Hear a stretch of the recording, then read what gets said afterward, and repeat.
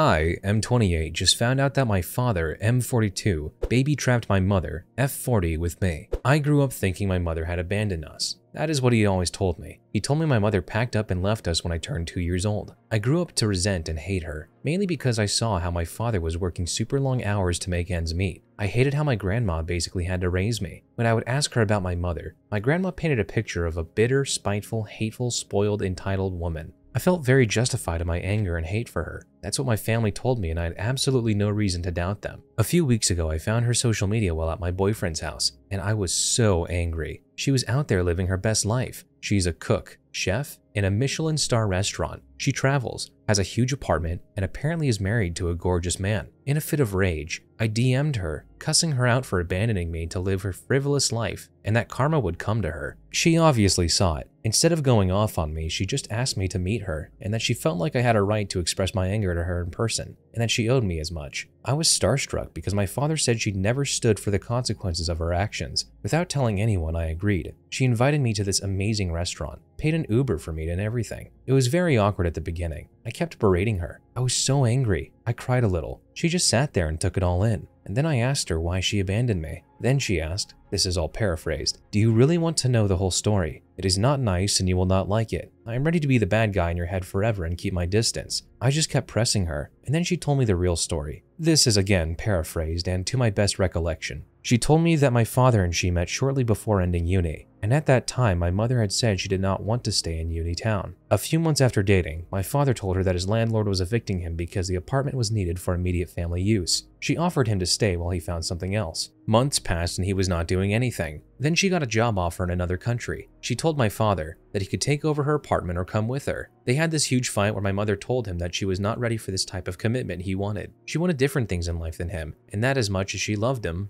they weren't compatible. They stayed living together, and then one day she found out she was pregnant. She told me honestly, she was thinking of not having me, but she did not feel ready to be a mom at 22. She did not feel maternal feelings. She said she was already struggling with depression and late-diagnosed ADHD. My father convinced her to have me. He said he would take me because he had a right to me, that he would go after her because that baby was also his, so she had me. She said that the time after my birth was really bad. My father was dragging out the legal procedures. He refused to vacate the home. My mother said that for a while she felt love for me and that there were some moments when she felt overjoyed. It was overshadowed by huge waves of depression. She was scared that she was going to hurt me. She also showed me some of the court documents that time that backed up her claims. In the end, she was so desperate that she agreed to stay with my father if he agreed to be the main caretaker. He did, but only to half of his ability. My mother then told me that it got so bad that she tried to unalive herself around my 2nd birthday. After a particularly nasty fight where my father admitted to having tampered with her birth control, she showed me the papers of the involuntary 72-hour commitment and the legal documents where she was found unfit to be a parent afterwards. I felt nauseous after all that. I would not have believed her. Hadn't she brought so much evidence with her? She then asked me what I meant in my message that we were struggling. I told her that we were not exactly rich and that I was struggling to come up with the money to go to university in another city. She was bewildered and asked me what my father had been doing with the monthly payments she was making.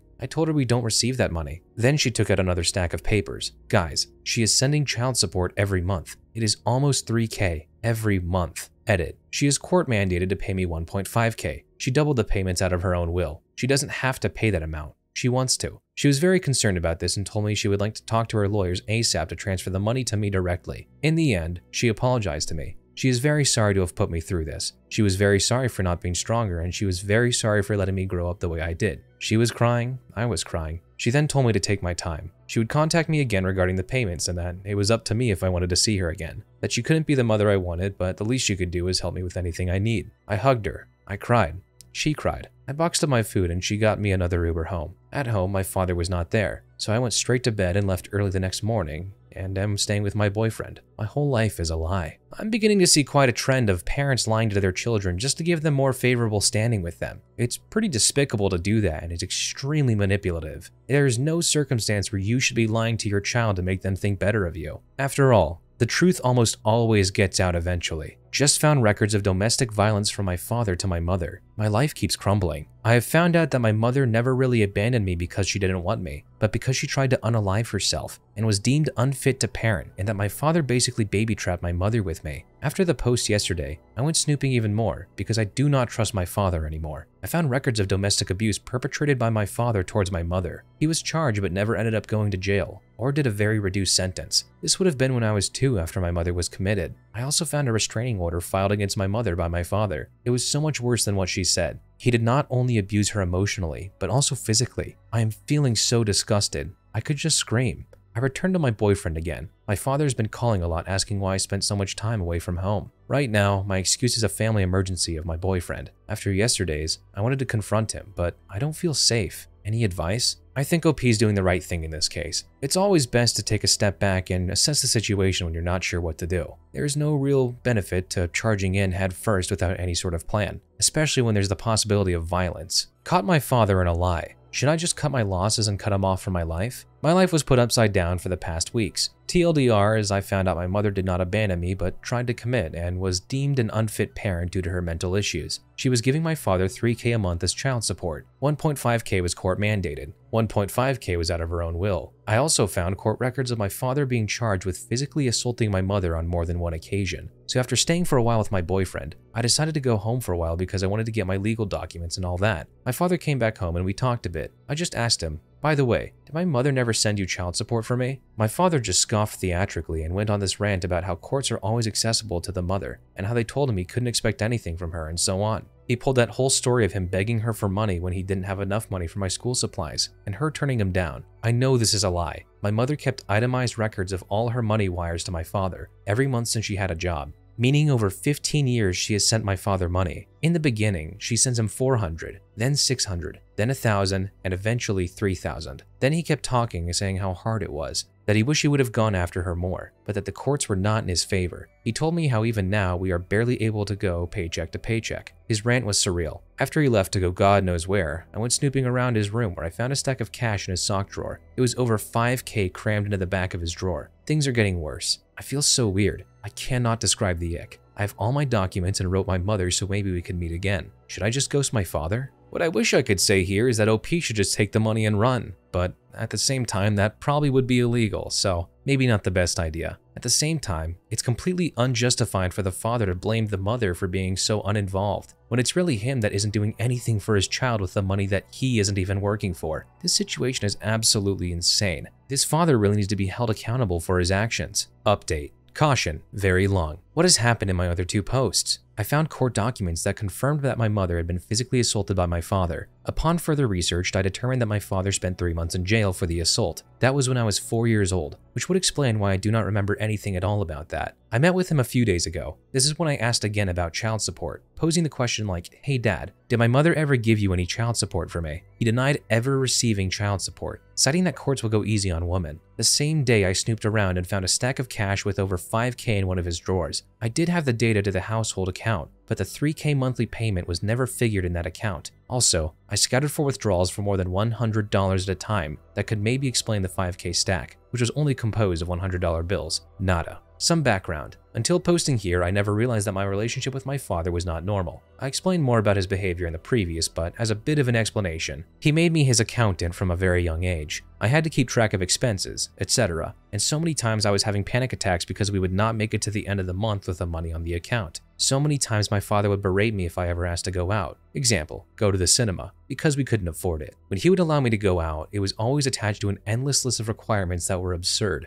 Again, let's take the example of the cinema. I would ask him a week prior and he'd say yes, but I had to clean the house, drive grandma to the doctor, pick up XY, leave some dinner ready for me, and many more, so that if I did not complete one single detail, like not bringing out the trash, he would pick up a fight with me, making me feel guilty and thus staying home. He would constantly make me feel worthless, saying I would not survive in uni, that I was not talented to do this, that I was not good enough to do that. He was extremely reactive. One time in the car I teased him that I would be for the other soccer team tonight, and he kicked me out of the car, making me walk home alone. But there are so many more examples. I thought it was merely my fault or that other dads were also like this, but suffice to say, it is not normal. What happened now? I did in fact contact my mother after finding all this out. I confronted her with the newfound information. She admitted that it was quite bad and she did fear for her life. My father apparently had friends in law enforcement that were following my mother and making her life impossible, giving her tickets for the most inconsequential stuff, pulling her over for random controls, everything possible to intimidate her or to find dirt on her. My father put her to the ultimatum of just signing over without a fight, or he would make her and my life impossible. My mother told me that he had been abusing her since I was born, as early as 1 week postpartum. So when my father uttered the ultimatum, she felt hopeless and just tried to end it. It did not work, and after she was released, my father served her and battled for full custody. Because she was deemed unfit to parent, it was really easy for him. She told me the court actually went pretty hard on her. About a year after that, my mother attempted to reestablish visitation with me. She reached out to my father, who invited her over. He told her that she could be in my life if she agreed to be together with him again. My mother told him no, and then a fight ensued. That was the night he assaulted her. He assaulted her so badly that she wound up in the hospital. In the hospital seeing her wounds, they had to report it. So he was sentenced to a year but only served 3 months. At that time, custody of me was with my grandmother. My father resumed custody of me at the time of being released. I was able to corroborate all this after reaching out to my aunt, who has not spoken to our family in 10 years. My Aunt Mia basically documented my mother's abuse. She took pictures of her bruises and recordings of my father screaming and threatening her. She told me that she testified it against my father in court, and that she could just back up everything my mother said because he was the same to her. I insisted on seeing the pictures and recordings. My aunt was resistant to this, but a part of me did not want to accept that this was reality. So yeah, my father is a monster. I told my mother about everything monetarily that I had found out. She said that legally there was not much we could do, but she spoke with her lawyer, and seeing as I am 18, she started the motion to start transferring me my child support money. She said that for the time being, she would give me $1.5K monthly, while she still had to pay my dad for the money. As soon as the process is greenlit, I am going to get it all. She also agreed to pay for my matriculation fees, as well as for the deposit and first month's rent of an apartment in my uni town so that I could be as independent as possible. For now, I only have sent in applications a couple weeks ago, so I should get any news on that front latest by September. We decided that confronting my father was not a good idea for either of us. So we decided on telling my father that my boyfriend's parents invited me to vacation, but he does not know I am gay. So we plan on telling him that, as this is the last vacation, to say goodbye to my friend.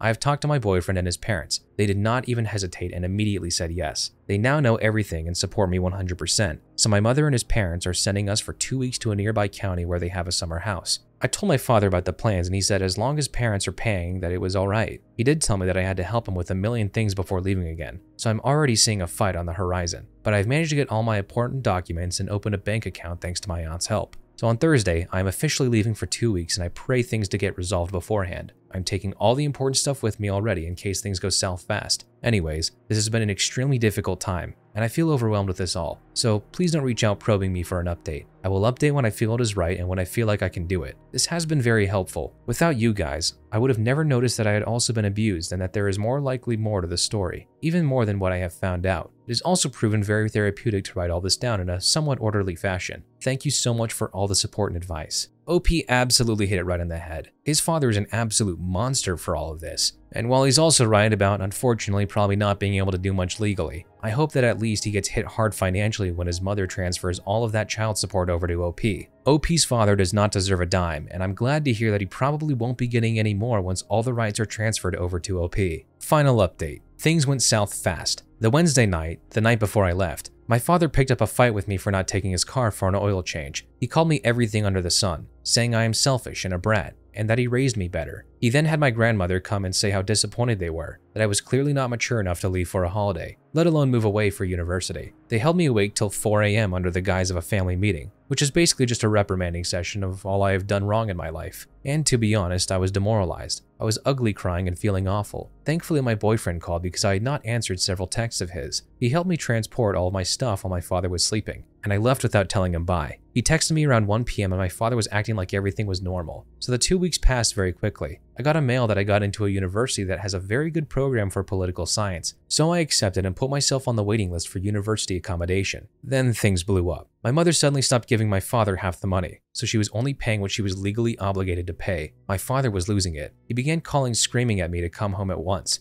then calling me crying to tell me that my mother had reappeared and was suing him, and now we did not have enough money to pay for the mortgage. I called my mother to ask if she was actually suing him. She said no, and that she had just gone through the courts to start paying me directly instead of my father, which was granted. Then my grandma started texting me, saying I had to come home right away because my father had a cardiac arrest. Obviously, I went back home with my boyfriend, only to find her house in literal shambles. There were beer cans, string liquor stuff, and cigarettes everywhere. Everyone was betting that my father was using all the money on drugs and lavish stuff. Hey, congratulations. You were right. Apparently when I left, my father decided to have a huge party. He invited all these friends that he had made in fancy bars. I know that because the lady that was in the hospital with my dad, his GF apparently, she did not know about me. She kept talking about our house as his summer residence. I asked her a few questions. She answered. She is actually pretty sweet, but put off by my father now that she knows how he lied. So apparently my father would take the $3K and spend them almost fully on appearing to be richer. He had bought some clothing pieces that were high quality. He would hang out in these fancy hotel sky lounges where he met his GF. Then he would take her and her friends out to expensive restaurants and clubs. She did not fully admit it, but insinuated they did coke often during these outings, much like the party that leads my dad to OD. It was not only cocaine that they did. I think it was also an amphetamine. Anyways, I thanked her and told her that the money was not my father's, and that she had been lied to. She stayed till my father came to and we could bring him home, which is when she dumped him. And then I broke it to him. I was leaving. He lost his mind. He punched me. He broke my nose. I was really afraid. He wasn't even fully recovered. In the hospital, I told the nurse how it happened and the police got involved. My mother took me in the very next day. She's helping me with all the legal things regarding my father. She helped me move out, helped me move cities. It all happened very, very fast. My boyfriend has been staying over because I am very afraid. My father's been blocked, but I've been getting threatening emails. So that is that. It is good and bad. Edit to answer FAQ. Why did my mother not take me in if my father was so abusive? I explained it already in the last post, but TLDR, she had lost her rights due to her trying to commit. It did not get any better as my father and his friends in law enforcement and the judges in our small town are heavily biased against women. How did you stumble across so many documents so conveniently? I didn't. I sought out those documents. I reached out myself and insisted on being shown what there was. None of this was perchance. I've sought out every single document. They are available to the public. Plus, if you know what you're looking for, you will find them easily by going through your parents' files. This was not convenient. It was hard work. If you are 18, why is your mom still paying child support? Here, you are legally entitled to child support and governmental child support till you finish university and/or till you reach your 25th birthday. Are you going to sue your father for back payment? No, that would not be of any help.